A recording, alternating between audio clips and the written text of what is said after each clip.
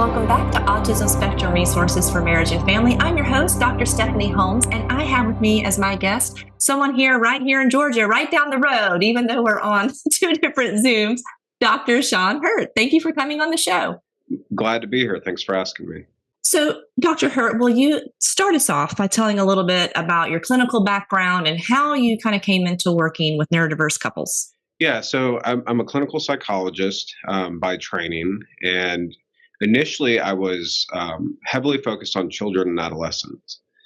And although I was trained to work with everyone, early in my career, I was doing a lot of psychological assessments because, working with the neurodiverse population in the autism community wasn't really what I intended to do.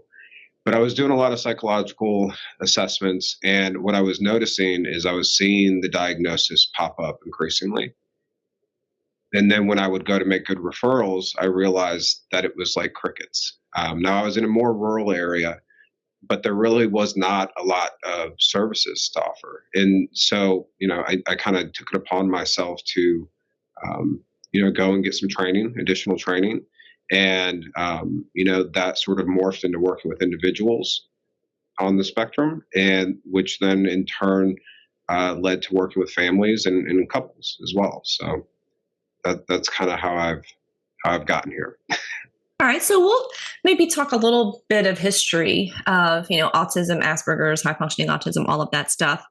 I think I've got a decade on you. But I was being trained in the 90s, right when the DSM-IV was coming out, and Asperger's and high functioning autism, as it was called then, were just coming out. But my training was, here is a new diagnostic category in developmental disorders. You should learn about it. Next. There was really no training, even with talking about children or adolescents on the spectrum. It was kind of like, here's a diagnostic criteria. Here's how you would code it. Back then, we were using a 5-axis system on how you would do a diagnosis. And one of the things that would dictate whether or not you would get a diagnosis was your global score. Like, how badly is whatever this is affecting your life, according to the person doing, the observation or making the clinical assessment. Now, we don't use the GAF scores anymore, but I think that thinking is still residual in some clinicians. Like, if this person is functioning well enough at work, despite maybe their marriage isn't doing well, they don't necessarily get the full diagnosis, even all the criteria are there. So you came along after me a little bit. And so did you receive any training, or how was autism, Asperger's, high functioning autism, how was all of that handled in your clinical studies?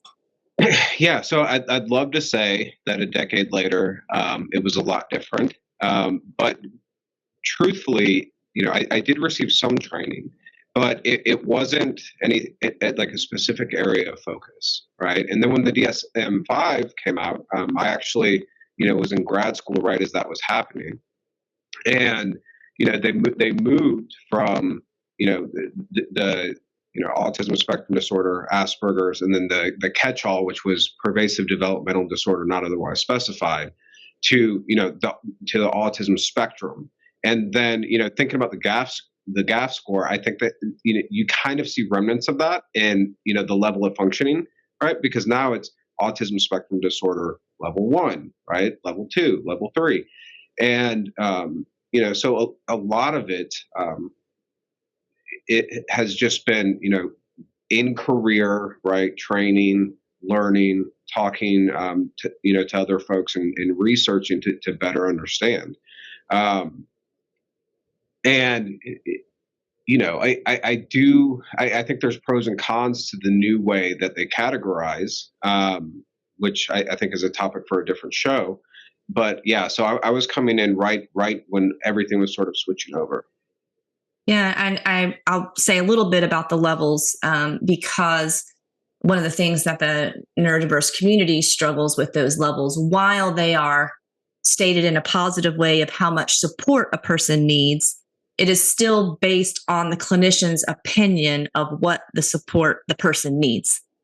And a person could be diagnosed autism level 1, but maybe has a stress or a crisis, and now is really more in a quote level 2 situation, right? And so I think there's some more fluidity there that, can happen, for burnout or crises or, going through a divorce. I mean, obviously your level of quote function. So that has certainly been a source of frustration for the autism community, is like, who are you to say if my level is high or low functioning? And who are you to say what level of support I need, which is definitely one of my advocacy passions. Is we need to be listening to the voices of those on the autism spectrum to help inform us as clinicians, now that we have a pretty huge adult population out there, which leads us to, because of that. Can I just make one comment about Yeah. that? So as you're talking about where we're at in our level, at different points, regardless of neurodiversity or neurotypicality, right? Depending on where we're sort of at any given point in time, right? That is fluid, right? So I really agree, and it really makes me think about a lot of the work of Stephen Porges in polyvagal theory, right? Which is a great model, and maybe we'll talk about that a little bit later. Oh, yeah. I love to talk about that stuff. So, Yeah. about 10 years ago, at least in my circles, because that I work in a religious faith space, I was kind of sounding the alarms about 10 or 15 years ago, going, hey, that Asperger diagnosis we learned about that's now autism? These people are getting married. They're entering into just the people from the 90s, right? Let's just say it didn't exist before the 90s. This cohort is dating and getting married. What are we going to do about this, in our marriage, counseling and our marriage work? And there were no models to really use except for what was used for two neurotypical heteronormative people. So that's kind of what I want to shift our topic to, is why neurotypical models for neurodiverse couples is not a great model. So I'm going to throw that to you, because this was your topic and it's a great topic, and we'll kind of go from there. Sure. I sort of see, we could go on and on about this, but I kind of tried to break it down in my mind to, a few different areas. And one of them was really this sort of overemphasis on the neurotypical way of processing, right, information. And that could be, verbal expression, that could be introspection, and sort of this assumption that both parties are going to, process the information in the same way. I think that's an underlying assumption that is problematic, because it's not reality. Yeah, and so I sound like I'm an apologist when I say this, but the more I'm learning about fight, flight, freeze, and fawn, and the more we continue to learn that neurodivergent people and neurotypical people actually use language differently, in my circles, there can be this huge thing on truth and a lie. And as I start to say this, some of my faith-based listeners are going to think I'm trying to be squishy with sin, but I'm not. I do believe a lie has an intent to deceive behind it. So let's take an example. A neurotypical wife asks a neurodivergent husband about something, and he omits something not to deceive, but doesn't know the social context that I should have included this, and this in. My husband says to me all the time, I answered the question you asked. That is a common refrain in this house. When I was like, but what about this? And what about that? And he's like, that's not the question you asked.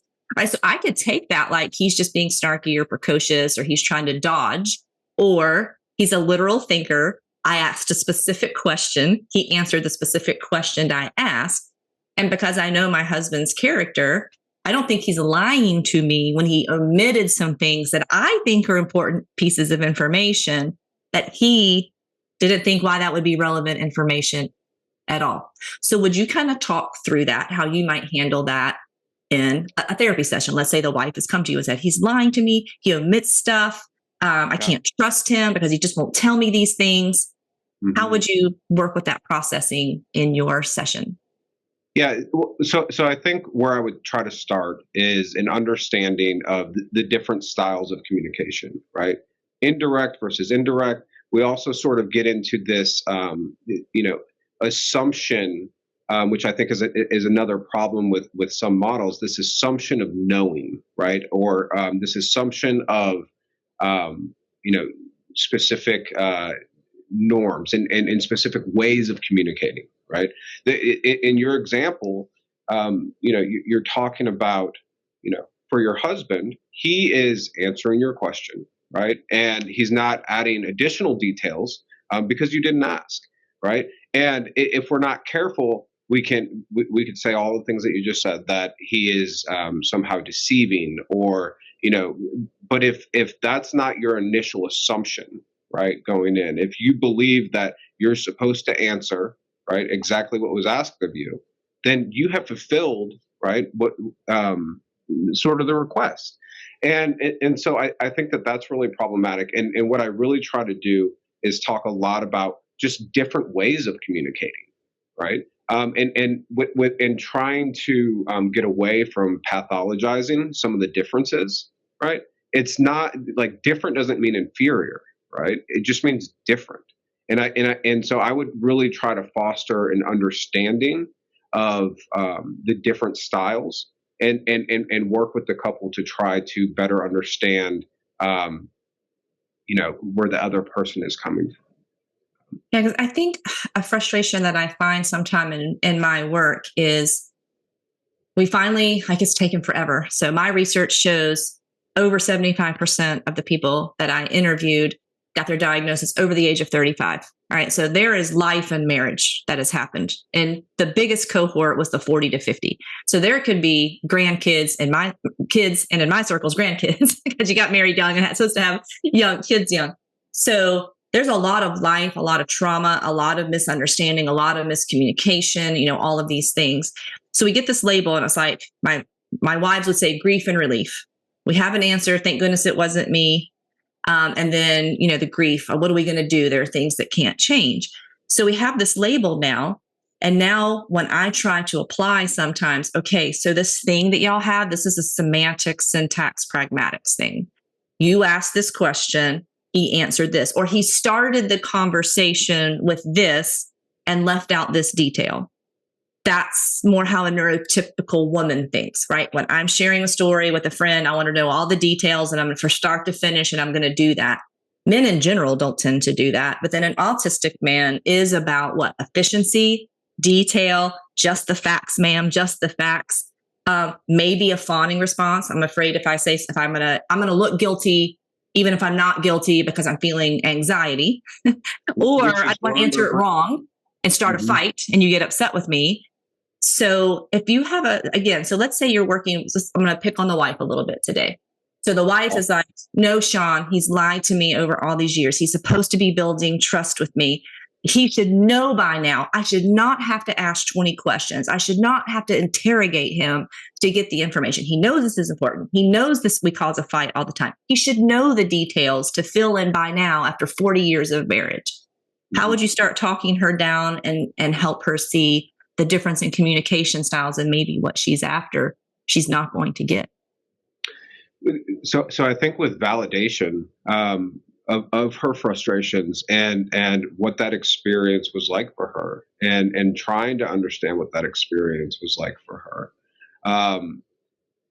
Look, a lot of the times when the neurotypical partner comes in, they feel a little bit crazy, right? Because they are unsure if it is them, right?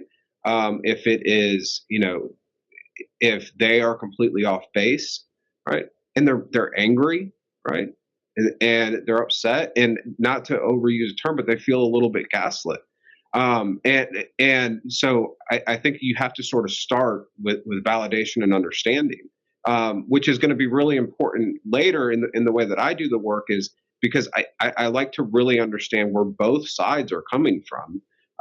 Because when it turns to, okay, well, you may not get that, how are we going to bridge this gap, right? It helps me to sort of be forward thinking in terms of, some of the things that might be more important to one partner than the other, and where you may be able to find that bridge. Right. So validation, yes, this is frustrating. And so for a lot of clinicians out there, you may also misjudge the neurotypical spouse because let's just say it's 20 or 30 years of marriage and we're just finding this out. And so she's coming to the clinician thinking, someone is going to listen to me. I've been holding all of this in all this time, and like it all comes out. And so sometimes the neurotypical wife is falsely accused of like a personality disorder because of like the reaction of, I haven't been believed. You're my 12th counselor. My church doesn't believe me, or my synagogue leader doesn't believe me. My family doesn't believe me. Finally, we have this label and we have grief and relief. It makes sense. And so he or she, whoever the neurotypical partner is, comes in and like, finally, we're here. Let's get down to business and starts just throwing it all out there. It would be very easy for the clinician to be like, oh, what do we have here? This is a highly, no wonder he or she is so whatever. But that is part kind of this process that you could misperceive what's happening, because especially in my faith circles, she's been blamed the whole time. She's not giving enough sex. She's not praying hard enough. She didn't have enough faith. Her marriage should be better because she should be a better Christian woman. So now she's got like diagnosis, a label, something that says it's not my faith or me or my identity. So that could be where she's coming from. So we definitely have to validate. But then let's say if I'm your client, I use the language like, well, I shouldn't have to do that. I shouldn't be asked to ask more questions. They should just figure out what I need by now. If they know me and if they love me, they will figure out how I want to be communicated to. How would you address that? Yeah. So then I think the next piece of that is sort of education and skill building, right? Trying to get them to better understand, which there is resistance to this because of all the reasons that you just said. But trying to get them to, have more information and more knowledge about where their husband is coming from, or the neurodiverse partner is coming from. And there is this sort of belief of negative intent, right? That you do have to really wrestle with. I should say this, that early on when I'm working with people, there's a couple of things that I try to point out. One is that ideally you're both doing individual work, right? And then the other part is, I lead pretty early that different is not inferior, and that, we're going to be trying to better understand one another, which means that, both sides are going to have to work towards that in leaning into one another. But most often, it's not a clear path, which you're well aware of, right? But it sort of, I start with validation, and then I start to sort of roll in, okay, but if this is what it is, right, where does that leave you, right? Is it something that you want to, try to better understand and work on this marriage? Or is this something that, is unacceptable to you, right? And really kind of getting to the bottom of those feelings. And most often, once in my experience, when someone feels understood, they're already here, right? Like there is a part of them that really wants this to work. There's also a part of them that really needs to feel understood. And so I that is sort of the manner in which I approach it. And we're still talking about, the wife, right? But I do think it's important to say that, a lot of the same process is going on, for the neurodiverse individual as well. Yeah. So I want to go a little bit deeper into why the neurotypical models don't work. In my circles, you'll hear things like marriage is marriage. Hard is hard. Marriage is supposed to be hard. We can apply my model to that because marriage is marriage. So I want to go deeper into why that's not, but I also want to talk about two models in the neurodiverse marriage field that also do not work. So we also cannot skill build the neurodivergent person to be as neurotypical as possible. That's ableism. Can't do that.